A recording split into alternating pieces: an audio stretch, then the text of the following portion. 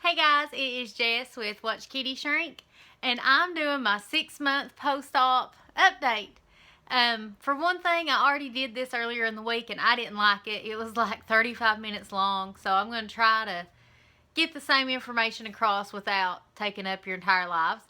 And I do have to say though, I know everybody says this in their like 6 months and 1 year updates, but time really does fly. A lot of times I still feel like that same girl who was making pre-op videos waiting on her surgery date. And I can remember watching other people at their 6-month video and thinking they really have it together. Like, I thought y'all were veterans at 6 months. And now that I'm at 6 months out, I realize you still don't have your shit together at 6 months. You're still figuring it out. And I think that's what I'm figuring out now, is that how many times can I say figure it out in a sentence? But you're going to constantly be figuring it out and changing things, and that's okay because this is your life. It's okay that you are still working on it. So in case this is the first video you have ever seen of mine, I had vertical sleeve gastrectomy, which is a weight loss surgery, on August 23rd, 2016.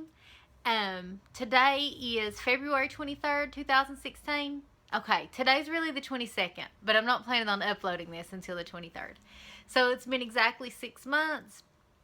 I'm just going to get into a little bit of my story. See if I even have my notes. I know. So I'm just going to go into a little bit of my weight battle. I was always kind of heavy. Definitely when I started hitting my pre-teens, I was getting very chunky. By the time I started high school, when I was 14, I actually started Adipex. And I did that my freshman year and my senior year of high school. So I was thinner in high school, but it wasn't like real. You know what I mean? When I graduated high school, I was 132 pounds, but I had terrible eating habits. It's just that the diet pills were eating it all up. I've always had terrible eating habits, mostly because I'm a very picky eater. I only like about 5 or 6 things, or I used to only eat about 5 or 6 things, and all of them were unhealthy. So when I was 18, I started hanging out with a group of kids that were older than me. They were all in their 20s, and we partied a lot. And obviously that means alcohol, so I started packing on the pounds. So from the time I graduated high school at 132, by the time I was about 19, I was definitely up to the 160s. And then I got a desk job, and it all went downhill from there.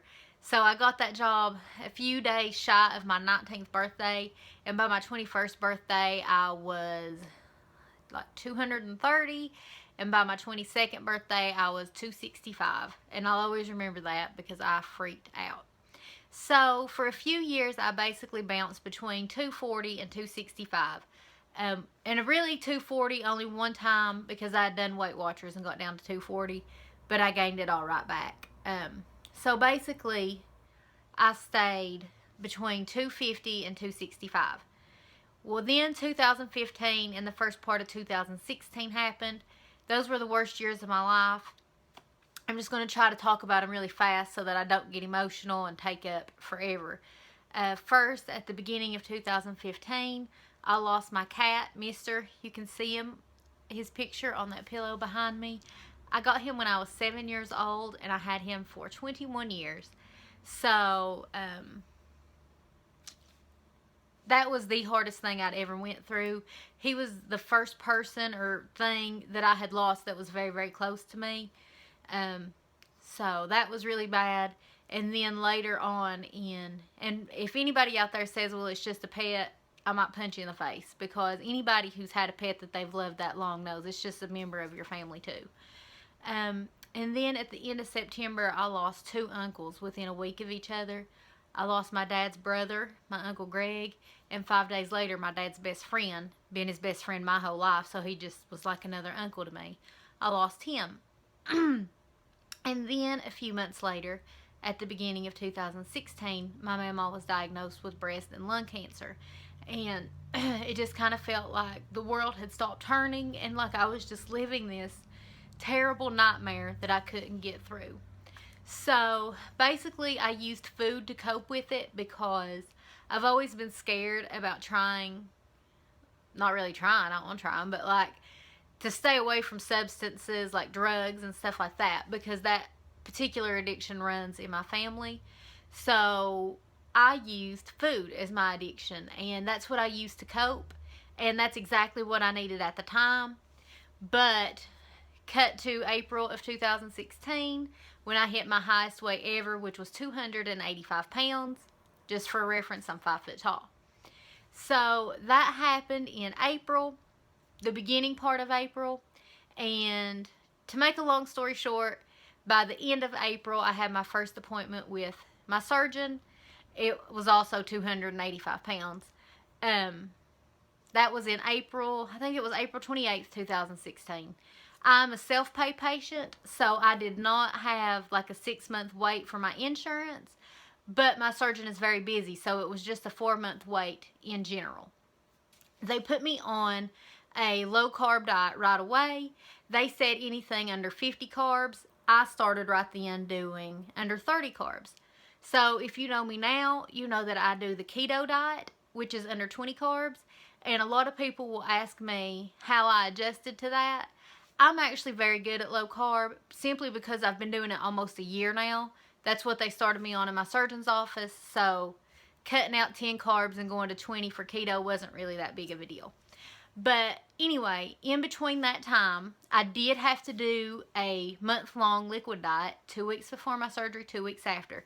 Not because my insurance required it. Again, I had to pay for it.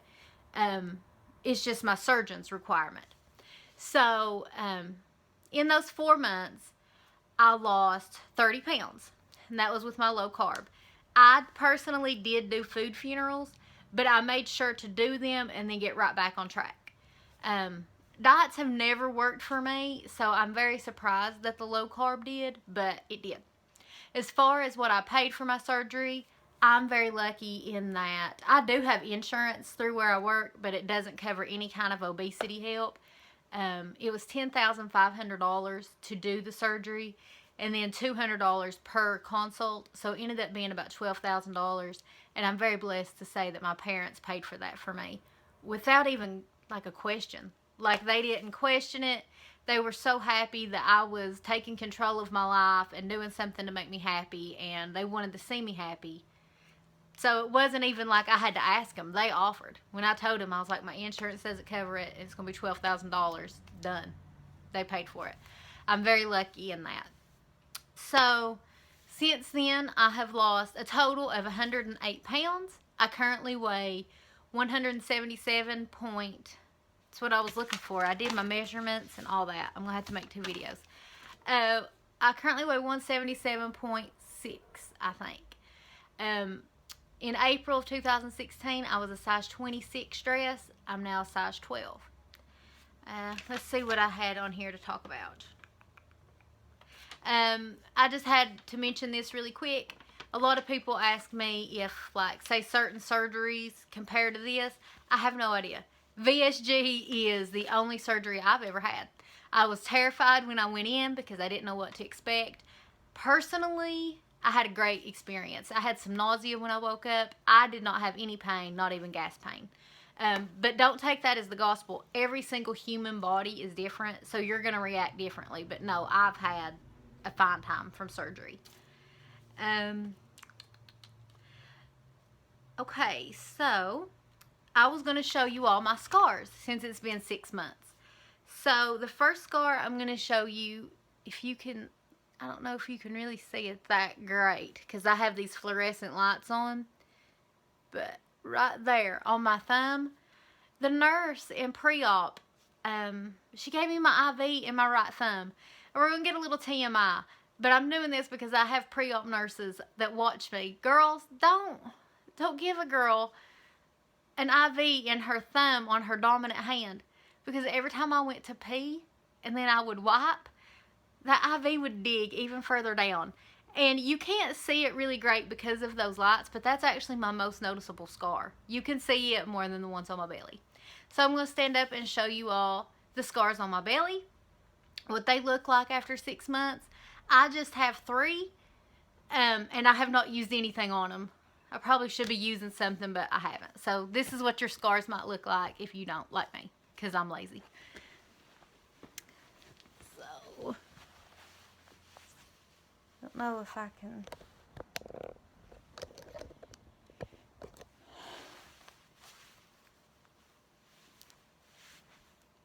Okay, there's 1, 2, and you can't even see that one. So they're basically really, really faded, even though I don't do anything to them. Let's see. Okay, so a lot of people ask me how relationships change after weight loss surgery. I can tell you that the relationships that really matter, they don't change. I have definitely noticed since I've lost weight, you know, my family that I'm the closest to, they're really happy for me. But it's not like they love me any more or any less simply because there's less of me now. Some of them even say when they see my before and after pictures, they're like, I can't even remember you looking like that. So it's nice to know that the people who really love you don't really give a crap about your weight. Even though you think everyone does, they don't. They love me just the same. But they're really happy for me. But you guys understand what I'm saying. Like, it doesn't change how much they love me. On the flip side of that, there will be people who are jealous. And I don't mean this as in, like, jealous because you're smaller than them. Because I'm not smaller than my friends. But there are definitely people who are used to you being the fat friend. And that is your role in the friendship. And they cannot handle when you're not that anymore. Or they're used to getting the compliments and they don't like that you are. For that, I would say give it a little bit of time. They're adjusting just like you are. But if it comes right down to it, you do not need to be friends with someone if they are only friends with you because you boosted their ego, because they looked better, because they were standing beside you. You know what I mean? I've definitely had some friends who have been around when another friend gives me a compliment and they roll their eyes, or they'll say something cutting like, yeah, she's lost weight, but, you know, and I'm trying to be understanding because they're just not used to it, but I'm a really good person. I don't have to be friends with somebody just because I make them feel better about themselves. And that's one of the weirdest things about this surgery is it shows people's true colors, because I'm still the same person. I still have the same, like, personality. I still have the same sense of humor. I'm not, like, gloating all the time about my weight loss. I'm happier, and maybe some people don't like that. And I'm not saying this to scare you, but you should know that people will be jealous, and they will. It is in people's nature to try and dim your shine. Don't let them. You do not have to be less proud of your accomplishment just because it makes someone else uncomfortable. Let's see. Hair loss at 6 months. I have lost 35% of my hair. You're not going to see me whining about that because, I mean, at first it was a shock.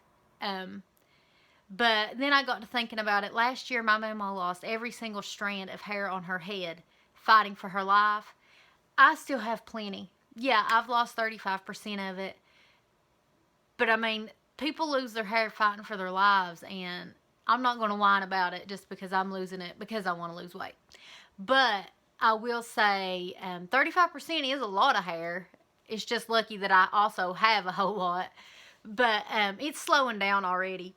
Mine didn't start until about month 5, and it only lasted for about a month. I'd say it lasted at 4.5 months. It lasted pretty strong for about a month, and I have noticed the last 2 times I've washed my hair, it's not falling out quite as much. A tip for that, for girls especially, and guys with long hair, just don't wash it that often. If you're like me, the hair loss definitely occurred mostly while I was in the shower washing my hair. And so I just stopped. I just wash my hair once a week, and I use dry shampoo. And that was a suggestion from my hairstylist. I'm probably not going to do a skin flick. There's absolutely nothing wrong with doing them, but I feel like you should do what you feel comfortable with. And I'm just, at this point, not comfortable showing it. But I will tell you that I don't have much loose skin right now. I think mostly because everything is still filled up with fat.